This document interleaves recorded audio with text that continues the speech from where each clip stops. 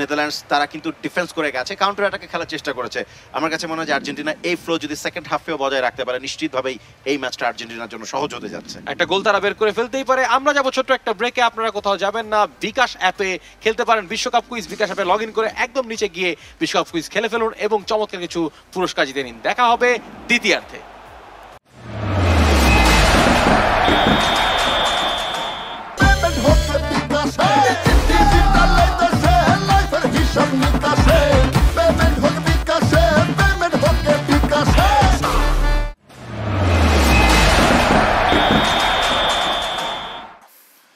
Second হাফের খেলা কিন্তু শুরু হয়ে গেছে।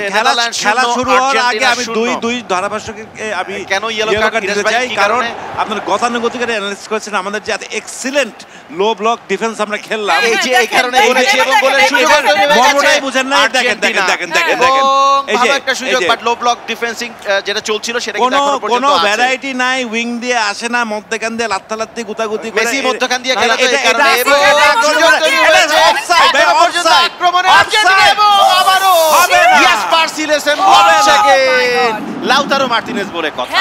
চমৎকার চমৎকার কনসেন্ট্রেট করেন ব্রাহ্মণবাড়িয়ার লোকজন। এই গোল যদি মিস করতে হয় তাহলে আসলে ফুটবল খেলার প্রয়োজনীয়তা কি? আমাদেরকে ভ্যারিয়েশন দিতে বলছেন ইরেশ ভাই, অন্যদিকে তার ডিফেন্ডাররাও কিন্তু ভ্যারিয়েশন ছাড়াই ডিফেন্সের মধ্যে ডিফেন্স করেই চলেছে। ডিফেন্সে ভ্যারিয়েশন দরকার নেই।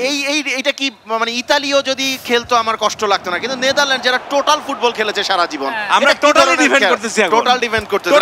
এক্সিলেন্ট শট, এটা দুর্বল শট দিয়ে আমাদেরকে হারানো যাবে না রে ভাই, আমি বলে দিলাম। একটু ওই পাশে ডিবক্সে যান, তাইলে আমরা কথা বলতে পারি। মানে পেনাল্টি শুটআউট পর্যন্ত যাইতে হবে। মানে একপক্ষীয় এই ধারাভাষ্য আমি বুঝতে পারছি, ভালো লাগছে না বিষয়টা। না এটা এক ধরনের অপপ্রচার। ইরেশ ভাই, আমরা একপক্ষীয় ধারাভাষ্য করছি না। কমেন্টারে মানে উপকূলীয় অঞ্চলের মানুষজন। এই মুহূর্তে কিন্তু আবারও আক্রমণ আর্জেন্টিনা। লিওনেল মেসি ঢুকে পড়েছেন ডান প্রান্ত দিয়ে, ভালো একটা ক্রস হলে বিপদ হতে পারে এবং গোল! প্রথম গোল! যে সম্ভাবনা ব্লক ডিফেন্স হতেই পারে, কিন্তু বলেছিলাম কিভাবে জয়ী হয় দেখেন খালি। কে নিশ্চয়ই ফটর করে কথা না বলে আক্রমণের পর আক্রমণ হচ্ছিল। লিওনেল মেসি ঢুকে পড়েছিলেন ডান প্রান্ত দিয়ে, সামুদ্রিক দেশ আর্জেন্টিনা না জাদুকরি বাপায়ের আরো একটা জাদু। আর্জেন্টিনার সমুদ্র কই? আর্জেন্টিনার সমুদ্র কই? সমুদ্র লাগে না, নেদারল্যান্ড সমুদ্রের নিচে থাকে। আপনাদের কোন যুক্তি এখন আমরা দেখছিলাম একের পর এক মুরব আক্রমণ, সেই গোলটি পেয়ে গেল আর্জেন্টিনা।